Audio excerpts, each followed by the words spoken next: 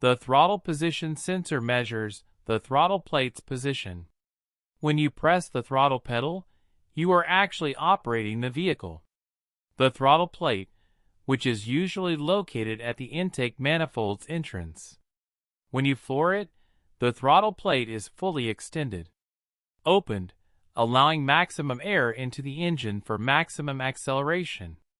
The ECU can determine the load on the engine by knowing the position of the throttle plate.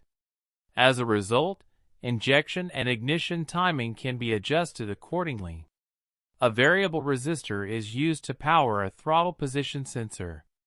A variable resistor is a type of electrical component, which, depending on its position, changes its electrical resistance output. The throttle position sensor measures the throttle plate's position. It has a movable component, and the resistance output of this movable part will vary depending on its position. When it comes to the throttle position sensor, the variable resistor is directly connected to the throttle plate shaft.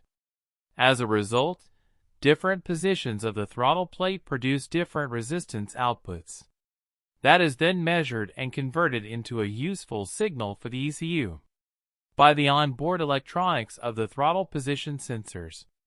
Now, to work with modern throttle position sensors, old throttle position sensors rely on non-contact position measurements. And you can use either the Hall effect, induction, or magnetic resistance to perform the same function as a variable resistor.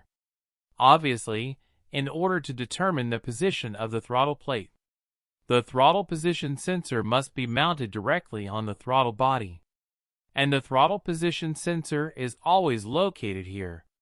One of the most visible signs of a faulty throttle position sensor. There will be erratic acceleration. The car will feel as if it is not responding properly to throttle.